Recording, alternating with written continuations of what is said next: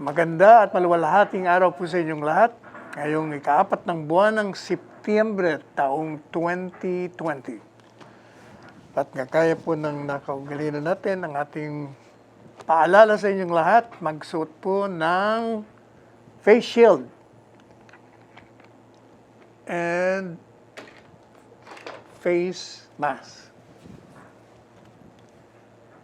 At pag kayo po you need to go out for your essentials, you have to observe yung pong 2 metro or 6 feet ang pagitan ninyo sa next person.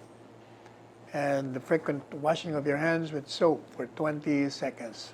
Now, speaking of face masks and face shields, sabi po pero bago po yan, bago ko makalimutan.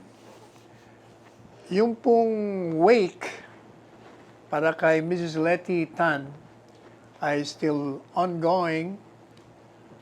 Nagsimula po ito 3 days ago, pang-4 na araw na ito. Mula po alas 10 ng umaga hanggang alas 6 ng hapon. Hanggang sa Lunes po ito at ang burial ay sa Martes ng umaga. Family members only. So yung pong mga kaibigan ng mga nasirang Letty Tan, kabiyak ni Lucio Tan ng PAL, sa LT Group, at yung mga kaibigan ng kanilang mga anak, si Michael Tan and Angeline, si John Tan and Nancy, si Cherry Tan at si Alfred T. Meron din po si Timmy Tan at si Christine and si Sharon Tan and Edgar Cabangon Chua ay kikiusap po na samahan nyo sa kanilang pagdasal para sa eternal repose of the soul of their mother. Napunta na po natin yung disposal of face masks and other hazardous waste properly. Yung pong DOH sa DNR, umaapila sa publiko. Kailangan daw po kasi itong ating face mask, kagaya po nito, ito yung disposable. So every day, pinapalitan po natin to. Kailangan daw ay tamang pag-dispose o pagtapon. You have to properly discard at saka lagyan nyo ng label na hazardous healthcare waste ito. Sapagkat nakaabot po sa pandinig ng DOH, DNR na may mga gumagamit ng rapid test kits naka-scatter dyan sa kalsada ng Sampaloc noong Martes ng gabi. Kaya kumari lang daw po yung ating mga face masks and gloves should be considered as special waste. So, ilagay nyo po sa isang container, may label. Nakalagay kung halimbawa, meron kayong yellow trash bag. Tapos lagyan nyo ng labeling lagyan nyo ng sulatan nyo na ito'y waste, special waste material. Para yung basurero, mga nangungulekta ng basura, alam nila ang gagawin nila. Simple lang naman po yun. Sapagkat pag basta tinatapon-tapon na lang natin at nagkataon na merong COVID doon, hindi mahahawaan na naman yung bawat isa sa atin. At sabi po ng DOH-DNR, pag kayo ay nahuli na hindi nyo sinasagawa yung kanilang mga paalala, kayo'y madidemanda ng paglabag sa Republic Act 6969 or the Toxic Substances and Hazardous and Nuclear Waste Control Act of 1990. Samantala, yung pong Pilipinas, umakyat daw ng 4 notches to 50th place in 2020 Global Innovation Index. Hindi ko yata maintindihan ibig sabihin ng innovation. Innovation, ibig sabihin creativity. Sinasabi rito na ang rango daw po natin sa Global Innovation Index ay meron ng 4 na notches from its ranking in 2019. Dati kasi, yung pong Global Innovation Index, merong 131 world economies at itong taon na ito, tayo po ay umabot sa rank 70. Dati po ay 76 tayo. At noong 2018, tayo po ay 86. So, ibig sabihin, talagang nag-i-improve tayo. Kaya yung mga kritiko, makinig kayo, ha? Mipileni, baka naman hindi mo na naman ito marinig. Anyway, so in 2019, the Philippines ranking in the GIL was up to 19 notches from its previous ranking of 73 in 2018 and 2017. Kaya ngayon ay 54 na po tayo. And yung pong punta naman natin yung data sharing para daw mapabilis yung ating programa laban sa COVID. Meron kasing ininunsyo si Secretary Mardin Andanar ng PCOO na nagkaroon ng pirmahan sa pagitan ng Department of Justice at ang Interagency Committee Secretariat and the Commission on Human Rights para mapabilis ang pag-imbestiga at pagtugon dun sa mga paksain kaugnay sa media security. Nagkaroon po sila ng pirmahan ng Martes, virtual signing. At sa ngayon po sa agreement na yon, ito yung mag-share sila ng kanilang mga investigation reports. Kaugnay doon sa mga gathering, pati yung pag-uusig para mapadali ang pag-uusig doon sa mga lumalabag at sinisira ang karapatan ng ating mga media workers. At sa ngayon kay Secretary Andanar, ito ay nagpapakita lamang na ang administrasyon ni Presidente Duterte ay gustong i-resolve ang lahat ng human rights cases, kasama na yung mga pagpaslang sa mga aktivista. Samantala, ito pong unemployment rate natin, dahil hindi po ba? Dahil nagkaroon tayo ng pandemya, di siyempre, umakyat ang bilang ng wala ng trabaho.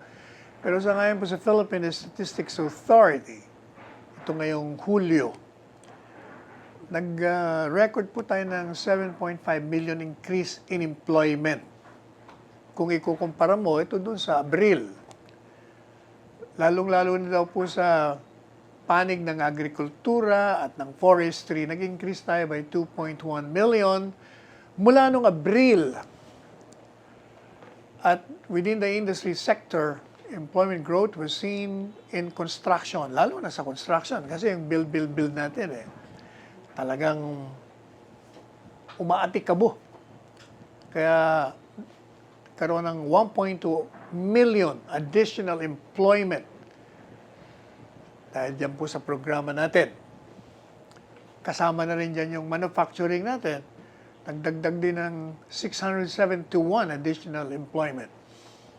Ang sabi po ng NEDA chief natin, yung pagpasa ng Bayanihan 2 ay mamobilize yung kailangan nating resources upang magbigay tayo ng ayuda, tulong sa mga households and business workers, communities, sa mga firms, sa pamamagitan ng pagbibigay natin ng pansamantalang employment, mga cash subsidies, pag-i-extend ng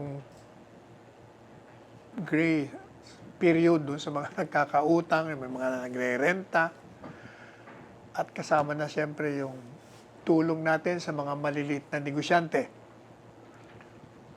Mantala, ito ng mga ating Department of Labor at Secretary Bello, optimistic daw siya na yung employment situation sa ating bansa will further improve with the implementation of programs by the government.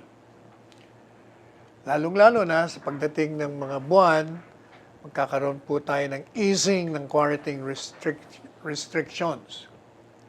At yung pong pagpapatupad ng PREVENT, yung programa ng gobyerno ay PREVENT, Detect, Isolate, Treat, and Recover Strategy o yung mga sinasabing walang plano. Ito na yun. Ito yung plano ever since naman PREVENT, Detect, Isolate, Treat, and Recover. At para maging safe at magkaroon ng supisyenteng transportasyon ng publiko at para yung mga negosyo natin ay mahikayat na magsibukas na at mahikayat din natin yung mga manggagawa na bumalik na sa kanilang trabaho at makatanggap na ng kanilang sahod. Sabi po ni Secretary Bello sa isang pahayag, the department, yung kanyang departamentong DOLE is committed to preserve, protect, facilitate jobs as we support the development and implementation of Recharge Philippines. At yan ang recovery plan na sinasabi ng mga kritiko na walang plano para ma-facilitate na nga, masimula na at sinimula na nga natin yung pag-umpisa uli ng ating mga social at mga economic activities sa ligtas na paraan kahit na merong pandemya. O bago ko makalimutan, nagkausap po kami ni Secretary Wendell. Kani-kanina lang, bago ako nag-aire kasi marami po tayong natanggap ng mga nagrireklamong nurses sapagkat disappointed daw sila, nag-issue daw ng circular ang budget office at parang lumalabas. Yung classification daw nila, sinasabi raw nag-increase ang sweldo pero nung binago na yung classification, parang nakulangan pa sila ng sahod. So umaalma ngayon ng mga nurses. At tinanong naman natin si Secretary Wendell kung totoo naman ito. Sabi niya, unang-una kasi galing naman sa kanila yan. But anyway, sabi niya, inaantay ko na lang yung rekomendasyon ng DOH. So, huwag po kayo mag-alala, tinitingnan, Secretary Wendell Visado, yung inyong appeal. At mababago yan.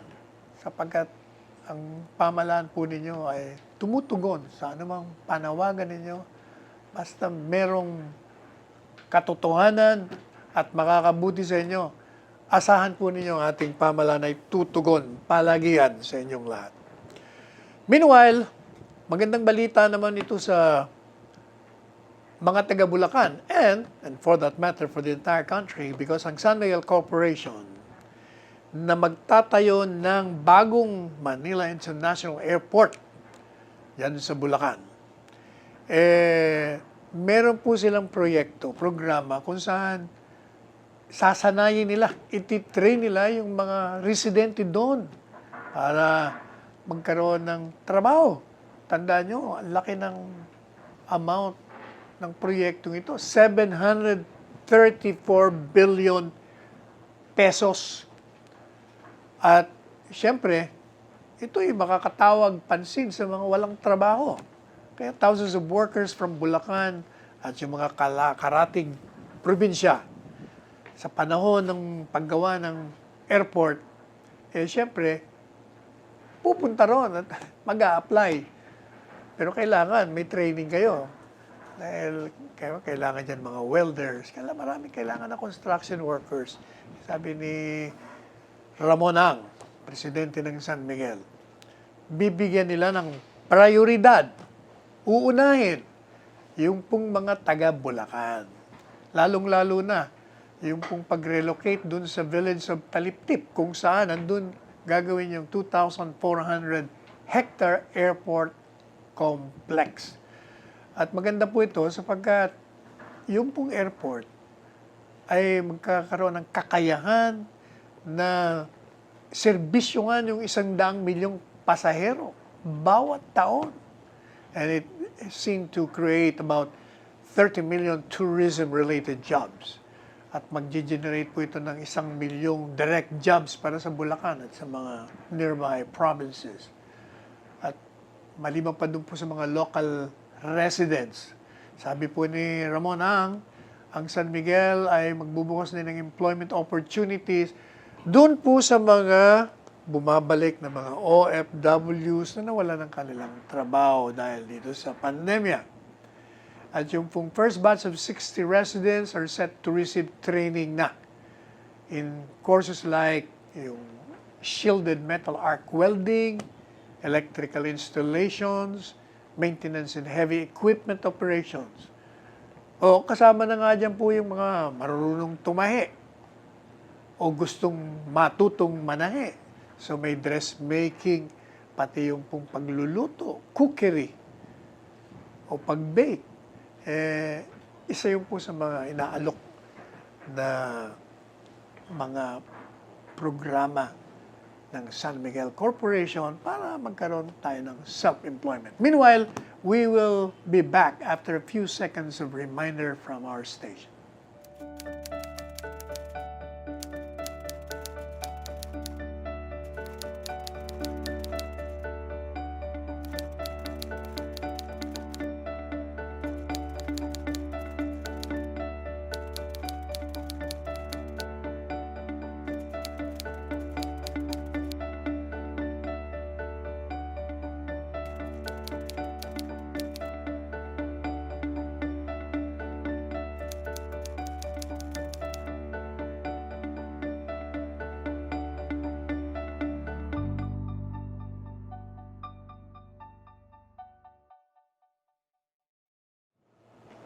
Alright. Sa ngayon po sa DSWD, ito pong Innovations for Poverty Action o IPA, Research for Effective COVID-19 Response. Yung survey, 89% na po ang nakatanggap ng suporta mga Filipino households sa pamahalaan. At yung pong survey ay kinonduct from June 18 to July 1 na merong mga telepono yung tinawagan nila. At sa ngayon po sa survey, 79% ang nakatanggap na ng food at 45% naman ang nakatanggap ng cash. Ang ating pamahalaan po sa pamamagitan ng DSWD has been implementing the emergency cash subsidy under the Social Amelioration Program para suportahan po yung 18 milyon na Pilipino na mga low income sa ating informal sector na talagang sila naman ang sobrang naapektuhan ng pandemya. At sinasabi rin po ng survey na 79% ng cash aid recipients, yung mga tumanggap, talagang napakinabangan nila yung SAP program. Other government agencies naman, ini-implement yung ibang SAP program para ma-assistiyan naman yung mga formal sector workers and small businesses hit by the pandemic. In addition, yung pong SAP, maliban pa doon sa SAP na binibigay ng pamahalaan, yung DSWD, nag-deliver din, naghahatid ng mga family food packs and other food and non-food items para madagdagan yung resources of local government units and to help them respond to the food needs of their constituents. Now, ibig ko namang tugunan yung mga natatanggap nating text at the same time yung mga nakikita kong komentaryo doon sa mga nanonood sa atin. Meron nagsabi, wala kaming natatanggap dito sa ganitong barangay, kesyo ganito, kesyo ganito. Alam po ninyo kasi, kailangan talaga magpalista muna kayo. Kung nakalista na kayo at hindi kayo nakatanggap, yan, sulatan nyo kami. Padala nyo dyan sa Digong 8888 hotline o kahit dito sa opisina ng Chief Presidential Legal Counsel. At paalam kagad natin sa DOLE o kung sino pa dyan sa DSWD. Dahil maraming Kesyo hindi raw sila nakatanggap. Kesyo daw yung barangay kapitan, pinipili lang na kailangan magpalista muna kayo. At bigyan nyo ako ng pruweba na nilista nga kayo at hindi kayo tumanggap. Para meron tayong batayan na gawa ng aksyong opisyal ang inyong mga hinaing. Samantala, sabi po ni Presidente Duterte, during the online meeting ng Jordan-led Aqaba process noong Miyerkules, yung pong Islam at iba pang reliyon, ang pinopromote nito ay pag-ibig at kapayapaan. Promote love and peace, hindi galit at karahasan. So sabi ni Presidente, even as we are navigating ourselves out of this pandemic, the Philippines continues to confront security threats. Habang tayo daw po ay nakikibaka dito sa pandemya, patuloy pa rin tayong nakikibaka rin sa mga panganib sa ating seguridad. Sapagkat yun naman daw mga terorista, hindi naman nag-lockdown, hindi naman nag-quarantine. Tandaan nyo, di ba sinabi natin sa inyo sa programang ito na mas lalo nga delikado tayo ngayon kasi concentrated tayo sa lockdown. True enough, tingnan nyo nangyari sa Hulo. Biglang nagbombahan sila ron, 2, daming namatay, 15 ba o 14. Kaya sabi ni Presidente, let me be clear about this. Religion has nothing to do with terrorism. Kaya niyo po sinasabi ito kasi itong mga terorista, ginagamit nila si Allah o ang dakilang may kapal na kaya daw nila ginagawa yun dahil sa kanilang reliyon. Kaya sinasabi ni Presidente, hoy, walang kinalaman ang reliyon sa terorismo sapagkat lahat ng reliyon, kasama ang Islam, ang tinuturo sa atin ay mag-ibigan tayo, hindi tayo mag-away. Magmahalan tayo, hindi tayo magtanim ng puot. Tayo ay lumikha ng kapayapaan at hindi yung tayo sumira. Build peace and not destroy. At i-celebrate natin, ang sabi ni Presidente, ang ating common humanity, yung ating pagiging tao. At huwag tayong sumalakay, sirain, apakan with senseless and ruthless violence ng walang katuturang karahasan yung ating mga kapwa-tao. Sabi ni Presidente, yung sitwasyon dito sa Pilipinas, yung Abu Sayyaf group na yan, yung Bangsamoro Islamic Freedom Fighters na yan, at saka yung mga People's Army yan, ginamit, they exploited the health crisis at patuloy ang kanilang mga kriminal na aktibidades. Sinisira nila, hindi lamang ang mga ari-arian ng tao, kung hindi na pati ang mga buhay ng tao. Si Presidente mo nanawagan nung nagkaroon ng online pagpupulong na kinakailangan palakasin natin ang anti-terrorism efforts. Lalong-lalo na nung matapos yung 2 bombahan dyan sa Hulo na pinaghihinalang itong stronghold ng Abu Sayyaf.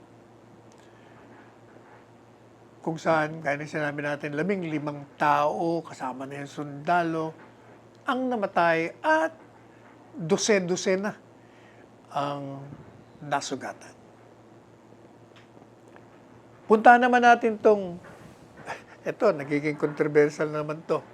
Tatatandaan nyo kasi merong isang Amerikanong sundalo ang nausig at nahatulan ng nasintensyahan ng pagkabilanggo.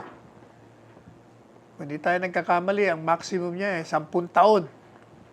Kaya yung Regional Trial Court ng RTC, siya po ang nagbigay ng sentensya at siya naman ngayon ang nagbigay ng release dito kay Corporal Joseph Scott Pemberton. Natatandaan nyo, ito po yung sundalo na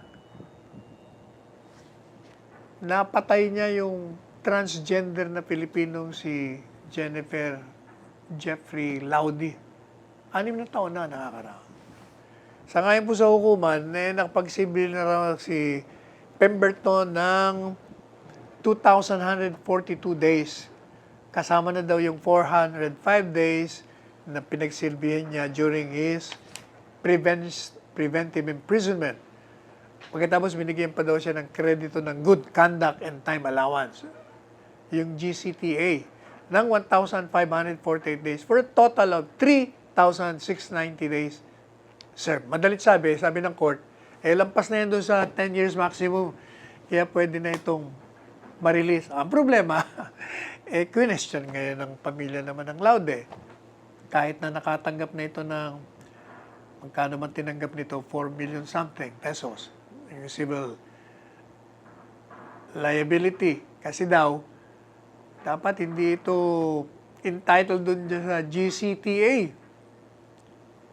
Madali sabi, kung di entitled sa GCTA, di meron pa siyang kulang na 1 taon na mananatili. Yan ngayon ang pinag-uusapan niya ng kontrobersya ngayon kung entitled ba siya o hindi. Tapos sinasabi pa ng ano ba yung good conduct? Paano naman siya nagkaroon ng good conduct? Madalit sabi, titingnan po natin. Hintay na lang natin, basta tayo, kung ano yung sabihin ng hukuman, di tayo makikialam doon. Basta, marami naman nung mga tinatawag na remedyo. Kung wala kayong satisfaction doon sa court ruling, halimbawa, nag-file kayo ng reconsideration, you can always go to the Court of Appeals. Kung di pa rin kayo kontento, nandiyan pa naman ang Korte Suprema. Basta kung ano ang final judgment, yun na lang ang sundin natin. Meron naman isa pang kontrobersya. Ito naman yung ginawa ng Kamara de Representante na inaprubahan po nila on third and final reading yung isang panukalang batas na declaring September 11. Parang, di ba September 11 yung ano? Di ba 9/11 yung terorista sa New York? Pero September 11, birthday din ni dating presidente Ferdinand Marcos. Madalit sabi, yung 3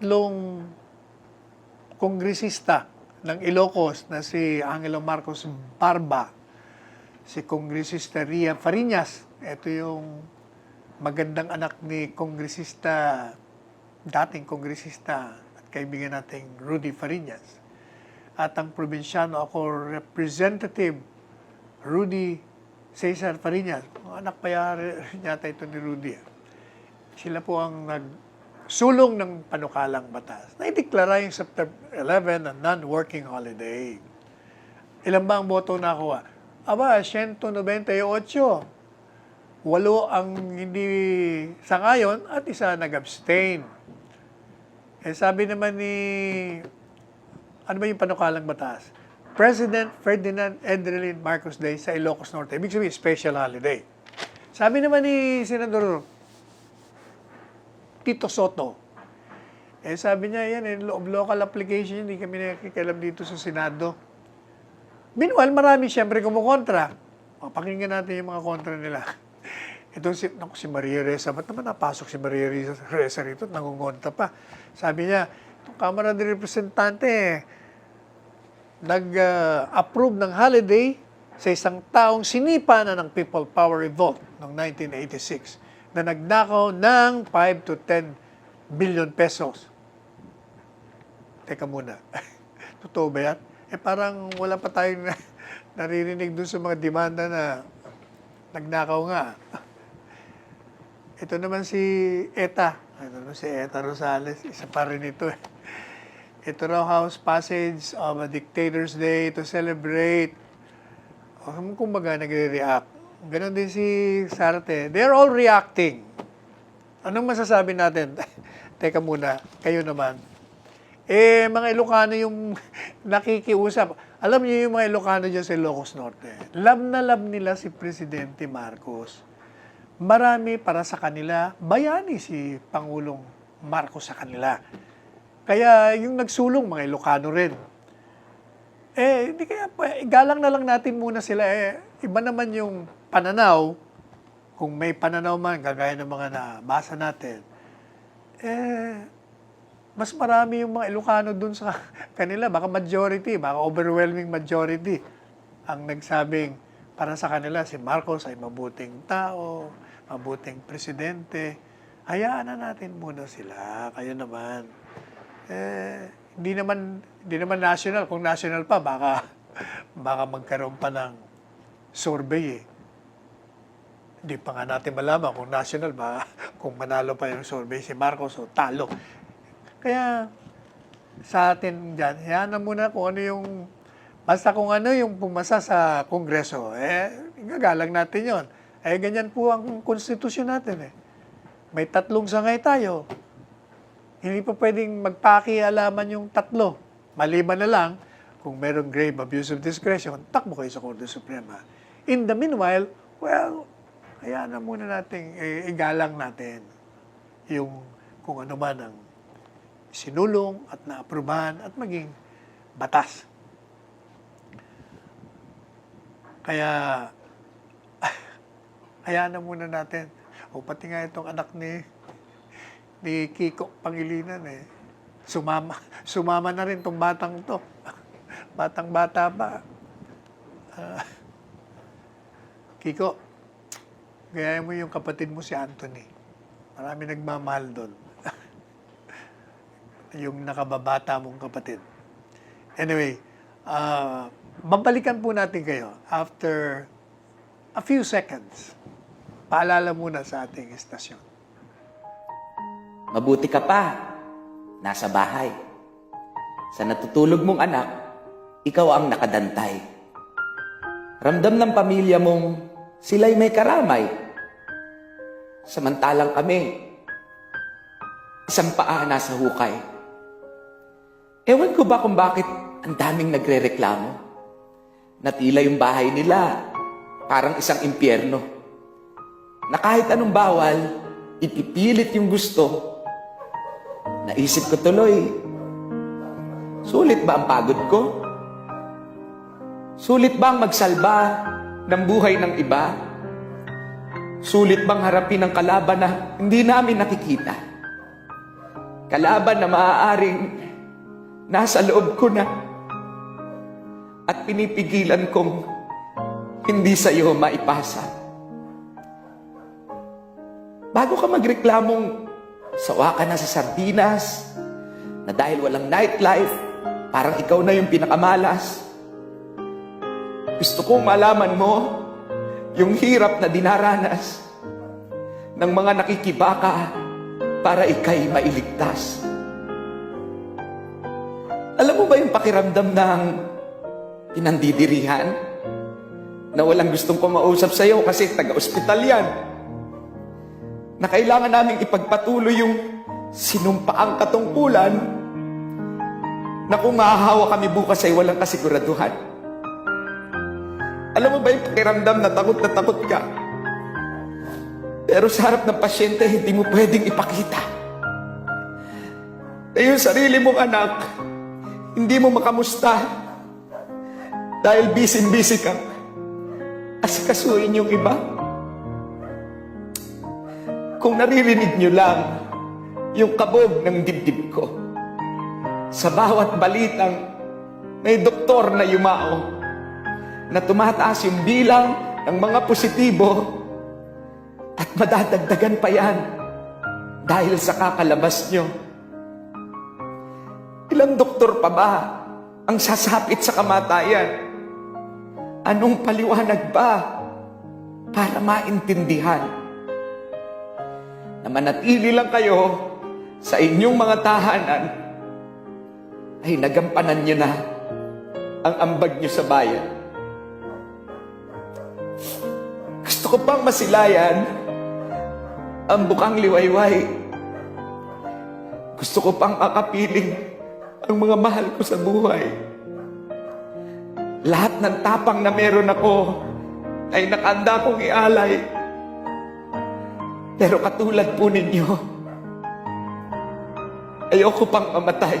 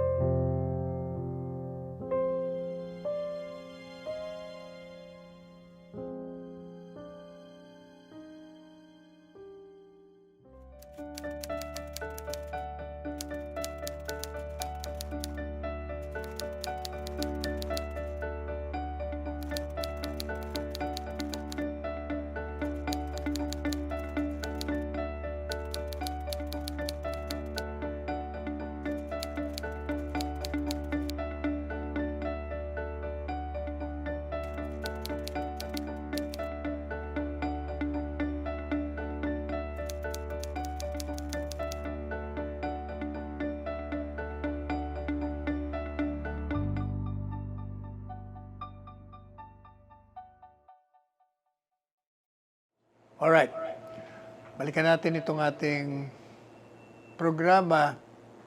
Alam po ninyo yung revolutionary government. Mukhang naglalagablab na naman ang usapin dito. At marami naman tayong nabasang mga kung ano-anong mga pahayag ng nanggagaling sa kung kani-kanino. Kagaya nitong isang editorial, The Free Man, sabi sa Philippine Star.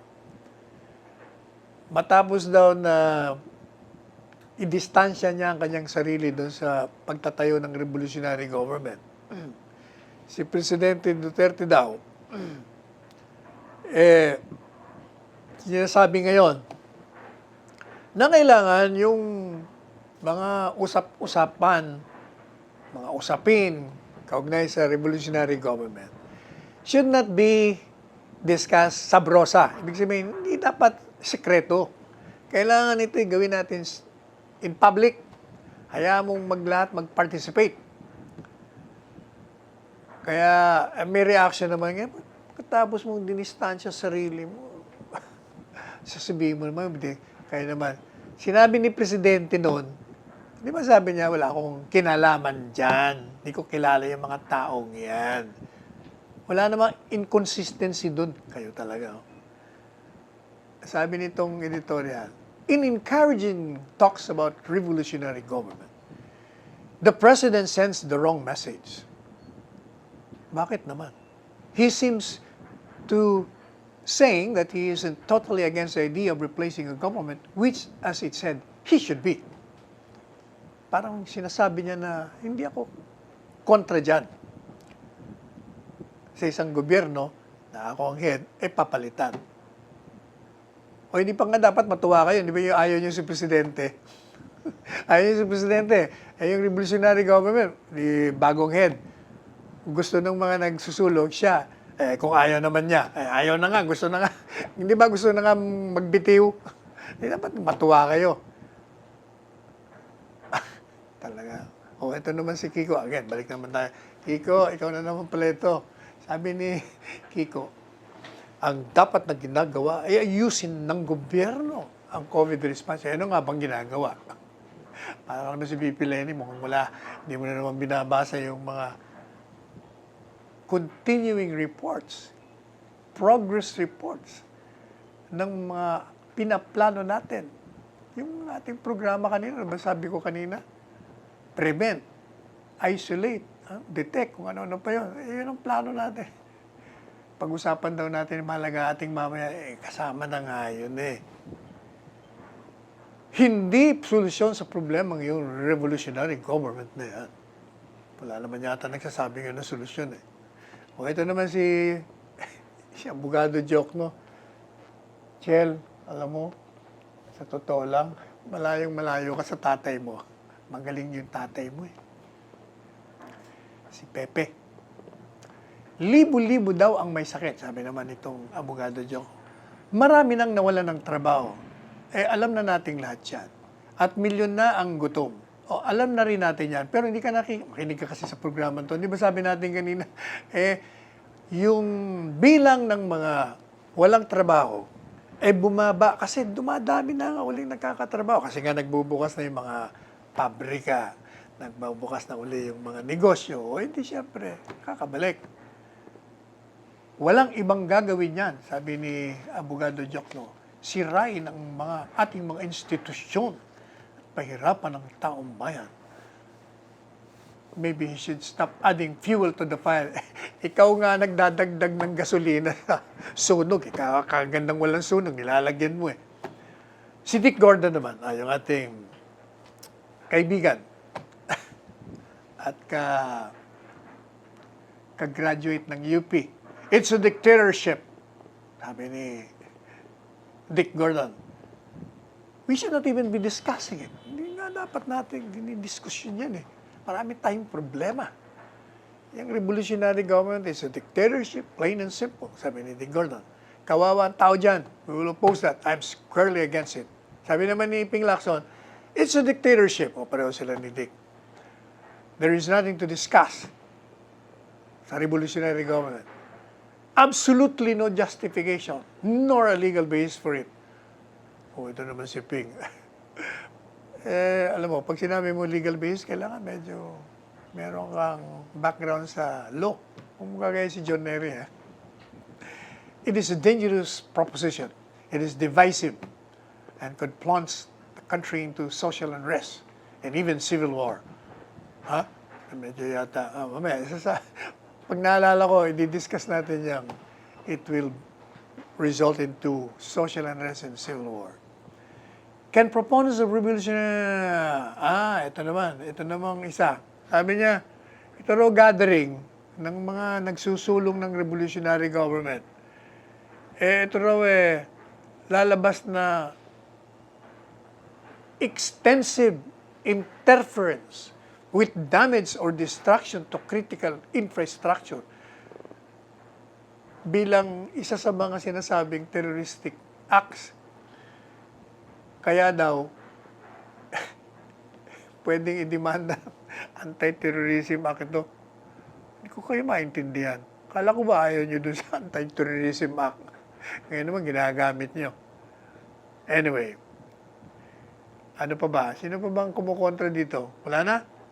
Meron pa, si Lenny. Si BP Lenny meron ding sinabi dyan Ayaw niya rin daw ng revolutionary government. Madalit sabi, anong napansin natin? Well, suddenly, the air is afloat and swirling with talks of revolutionary government. Talagang namamayagpag ang usaping revolutionary government. And on cue, gaya nga binasa ko sa inyo yung mga reaction nila, every time na lamang na isang issue lumalabas and tantalizing enough, yung bang masarap para sa oposisyon, sa mga kritiko at mga detractors ni Presidente Duterte at ng kanyang administrasyon, na magagamit nila doon sa kanilang paboritong target. Sino ba paboritong target nila? Di si Presidente Duterte at sa kanyang administrasyon. At ginagawa nilang scapegoat ng kanilang uselessness and unproductiveness. Ginagamit po nila ito, and they steer the people's unfounded apprehension and phantom fears. Alam po ninyo, yung revolutionary government, bilang isang ideya, bilang isang konsepto, o bilang isang uri ng pamahalaan, hindi ito bago sa ating bansa. Papaalalahanan natin yung mga kumukontra na ayaw sa revolutionary government o ayaw i-discuss. Unang-una, hindi nga ito bago. Luma na nga ito Tandaan nyo nung 1986 EDSA revolution na sinasabi. Si Cory Aquino, nung siya po ay naupo bilang presidente, sa pamamagitan ng isang military uprising na pinungunahan ni Juan Ponce Enrile at nila Greg Unasan na senador at ngayon ay member ng kabinete, na yun po ang humantong sa EDSA Revolution. Si dating Presidente Cory, na kung matatanda nyo, ito naman yung kabiyak nung Benigno Aquino na pinatay naman dun sa tarmac dahil bumalik siya sa Pilipinas. Ilang minuto lamang pagkatapos siyang bumaba sa aeroplano, binarel. Yung kanyang kabiyak na yon ay nagdeklara po ng revolutionary government. Anong ginawa niya? Magdeklara siya ng revolutionary government. Inabolish niya ang 1935 Constitution. At inabolish niya rin ang Congress. At wala nang Constitution, gumawa siya ng Freedom Constitution. Pinagkukuha niya yung provision ng 1935, pati yung mga dating saligang batas. Kaya tingnan nyo, di ba sinabi ko sa inyo, inabolish niya yung Congress. Kaya ayaw ng mga nasa Kongreso siyempre. Kasi pag mag-revolutionary government, tanggal ang Kongreso. Di wala na, hindi na sila senador, hindi na sila kongresista. So natural lamang, kukontrahin mo. ang trahedya nung pagdeklara niya ng revolutionary government, nabigo po siya na mag-take advantage ng revolutionary government bilang isang bihikulo na ipatupad ng mga radikal na pagbabago sa social, political, and economic structure ng ating lipunan. And tragically, the Cory presidency failed in the aspirations and raison d'etre. Yung pinakarason ba kung bakit nagkaroon ng revolusyon? It ended with what? The country's condition being worse than it was before. Yan ang katotohanan dyan. Ngayon, yung ating fraternity Brad sa Sigbaro, junior natin sa UP College of Law. Di ba, ito critic number 1 din to Unang-una sa China Sea. Number 1 siya dyan. Ito, pinasukan niya naman revolutionary government. Sabi ni former Supreme Court Justice Antonio Carpio, expressing his thoughts on what a revolutionary government means. Nagbigay siya ng mga pahayag niya. Pati ako, sinama niya pa. Sabi niya, Legal Counsel Salvador Panelo explained that, quote, the call of a revolutionary government must come from the people and not from a single organization or an individual. Ang sabi ko daw po, sa aking pahayag, yung panawagan ng revolutionary government, kinakailangan manggaling sa taong bayan at hindi lamang galing sa isang organisasyon o kaya naman sa isang tao. Nasabi ni Justice Carpio, ibig sabihin, kung mas marami ang magsusuporta dito sa panawagang ito, si Presidente may consider it. Ikaw naman. Ano ba naman yung logic mo? Justice Tony. Not necessarily. Kahit na ayaw i-consider ni Presidente Duterte, kung yun ang gusto ng sambay ng Pilipino, may magagawa ba siya? Siyempre, wala. Ako naman. Sabi niya, thankfully, Mr. Duterte immediately shut down the idea of a revolutionary government. Pero sabi niya, anong mangyayari kung may revolutionary government? Ito. Isa-isahin po natin. Sabi niya, first, petitions will be immediately filed before the Supreme Court to declare the imposition of a revolutionary government unconstitutional. Justice Tony naman, ano ba yan? Paano ka makaka-file ng petition mo Kung may revolutionary government ka, abolish na sa ligang batas. Abolish mo pa Kongreso. Tanda mo yung parang martial yan Di ba nung mag-martial si Presidente? Pati Korte Suprema in-abolish, considered resign lahat. Paano? Di walang magpa-function, pansamantala. Paano? So, kagad yung una mong implikasyon ng existence ng revolutionary government, hindi mangyayari.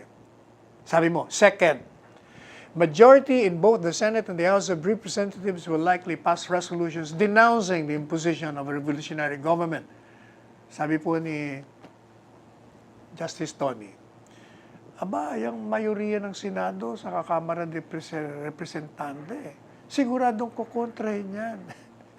Paano mo nga kukontrahin kung na-abolish na nga kayo Ikaw talaga, Justice Tony, you declare revolutionary government, and Congress will be abolished. It's as simple as that.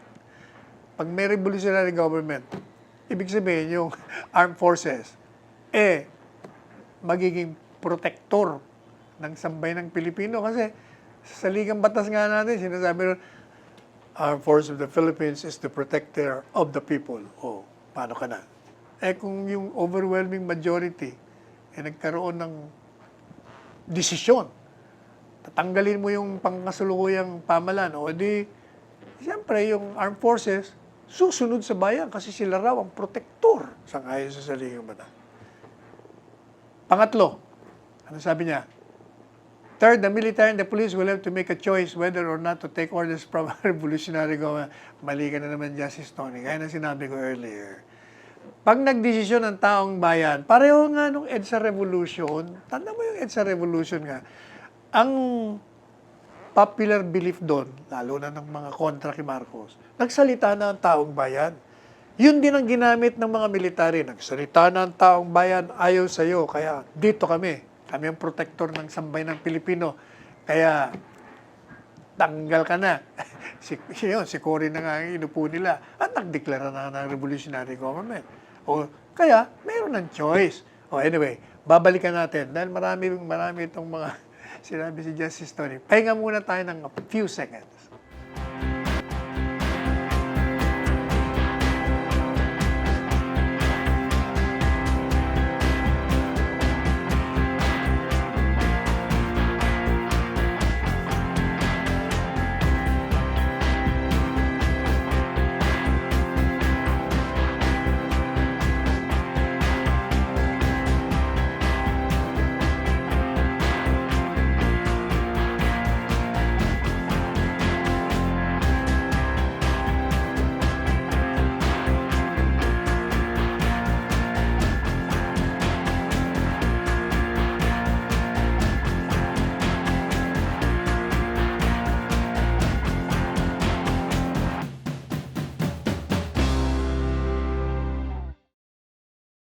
Sabi po ni Justice Tony Carpio, yung pangapat na implikasyon daw ng revolutionary government, yung ating ekonomiya babagsak by 16.5% in the second quarter of this year,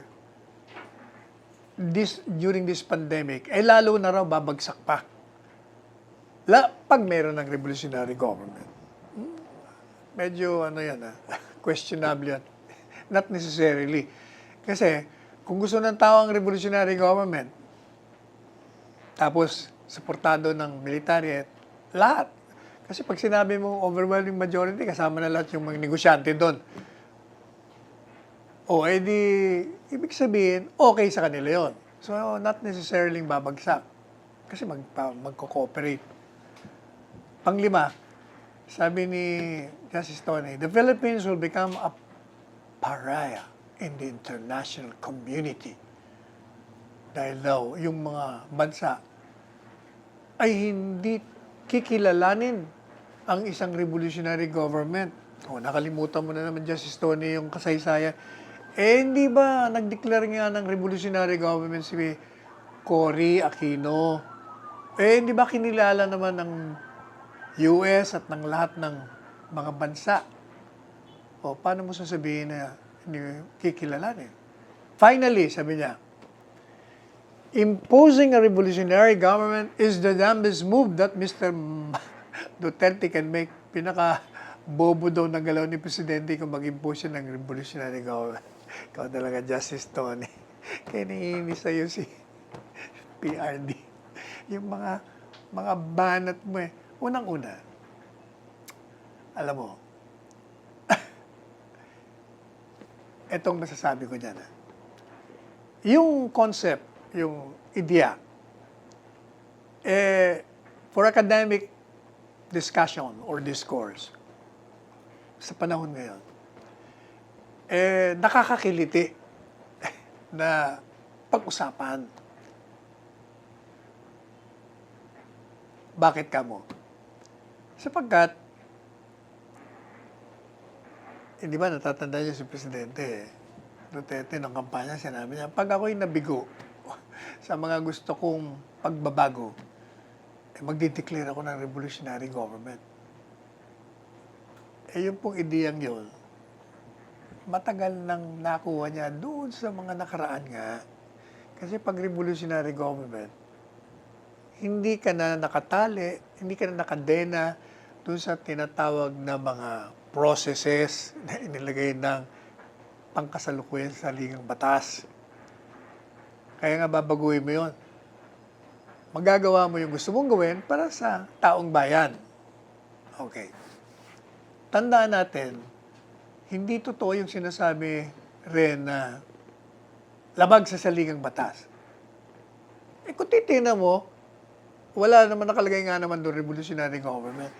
Pero yung pong mga nag-aaral ng batas, tinuruan po kami na ang pinakamataas na batas, ang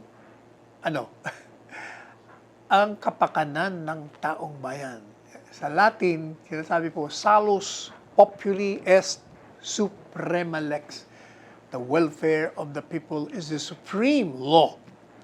So kung yung hinihingi ng sambayan ng Pilipino sa kanilang kapakanan ang magsagawa ng isang revolusyonaryong gobyerno, ano man sinasabi sa saligang batas natin? The sovereignty, yung kapangyarihan. Saan? Kanino? O hindi po ba? Sovereignty resides in the people. Namamahay daw sa sambayan ng Pilipino yung kapangyarihan at lahat ng uri ng kapangyarihan sa pamamahala ng gobyerno ay nanggaling doon. So, since the people is the source of sovereignty, at kung gusto nila na palitan itong pangkasalukuyang sistema natin, they can do that. And necessarily by parity of logic, lahat ng mga interest, lahat ng selfish interest nyo, business interest nyo, iyan ay mapapasa ilalim dun sa kagustuhan ng sambayan ng Pilipino. Kaya, yung sinasabi mo, Justice Tony, bobo yan pag nag-declare. Unang-una, hindi siya magdi-declare. Si Presidente Duterte, o for that matter, kahit na sinong presidente na opo,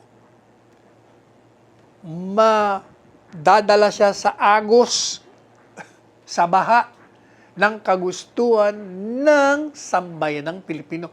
If that is the will of the people, then the sitting president has no other recourse but to join, to go with the flow. Kaya nga sinasabi natin kanina, yung armed forces ay protector ng sambayan ng Pilipino. So, on cue, pag alam nila, gaya ng ginawa nila nung nakaraang EDSA Revolution, yun din ang gagawin nila. Kaya, medyo malabo yata yung sinasabi mo, Justice Tony. Alam po ninyo, ano bang kagandahan ng revolutionary government? Gaya nga nang nasabi natin kanina, magandang bihikulo yon para hindi ka na matatali. Kasi, kung revolutionary government, walang kongreso, hindi ang presidente, pareho nung kay Cory at the time, pareho rin nung kay Marcos at the time, nung mag-declare ng martial law. Meron siyang legislative and executive power. Hindi rin totoo yung sinasabi ni Ping, mawalang galang na Ping, na it may lead to social unrest and civil war. Bakit kamo? Bakit naman nung nagdeklara ng martial law?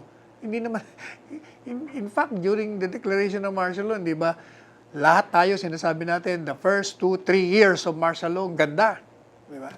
Napasunod lahat tao, gumanda ang ekonomiya, and so forth and so on. Ganon din si Cory. Nagkaroon ba? Mag-declare revolutionary government? It didn't lead to social unrest, neither did it lead to civil war. So, kaya tama si Presidente. Pag-usapan na lang natin, for academic discussion lang naman para makita natin ano bang kagandahan nito, ano bang kasama niya, para yung tao, ang tao naman na nagdidesisyon, hindi naman, it will not be the President, neither will it be the armed forces that will decide, it will be the people's will. Lahat tayo, we will bow to the majesty of the rule of the people. Sila yun Sambayan ng Pilipino. So anyway, tayo po inabot na naman ng oras. Hindi na natin matatalakay yung isang pare na dati sumuporta kay Presidente, ngayon kung anong pinagsasabi lamang kay Presidente. Sa ano lang yan, sa Lunes. Well, makikiusap po tayo again na pwede pa ba? Palagay ko pwede pa. Itong ordinaryong paring ito, sabi niya, dati raw, maganda, mapayapa ang kanyang buhay, happy siya, tapos nakita niya raw na si Presidente, okay na maging Presidente, kaya lihim daw siya ng kampanya. Pero ngayon, disappointed siya, kaya publicly, binabanatan niya si Presidente. Ikaw naman. Nung bilib na bilib ka, ba't lihim? Ngayon na kontra ka, bakit naman publicly? Mali yata, Father. Mukhang dispalingado ka, Father. Father Pete. Anyway, mukhang talagang kailangan na tayong magpaalam. So, mga kababayan, nakikiusap po si Presidente at ang inyong programa na tayo po ay magsuot ng face mask. And face shield. Mandatory na po ito. Kailangan magsuot po tayo ng face shield. And also, pag tayo ay nasa labas, kung talagang kinakailangan, tayo po obserbahan natin yung 2 meters, 2 metro po o 6 na pie. Alam niyo naman, pag 6-footer, di ba? O mga ganun kataas ang pagitan o ang dipa. At palagi po tayo magwawash ng ating hands. Sabon, 20 seconds. Para mapangalagaan natin ang ating sarili at mapangalagaan din natin ang ating mga kapwa-tao. Ako po ang inyong lingkod, Bayan, Salvador Panelo, pansamantalang nagpapaalam hanggang sa muli sa Lunes, alas 2 hanggang alas 3 ng hapon. Nagsasabing, let us tread the path of roses and let us go beyond the path of thorns. Magmahalan po tayong lahat. And I love you all.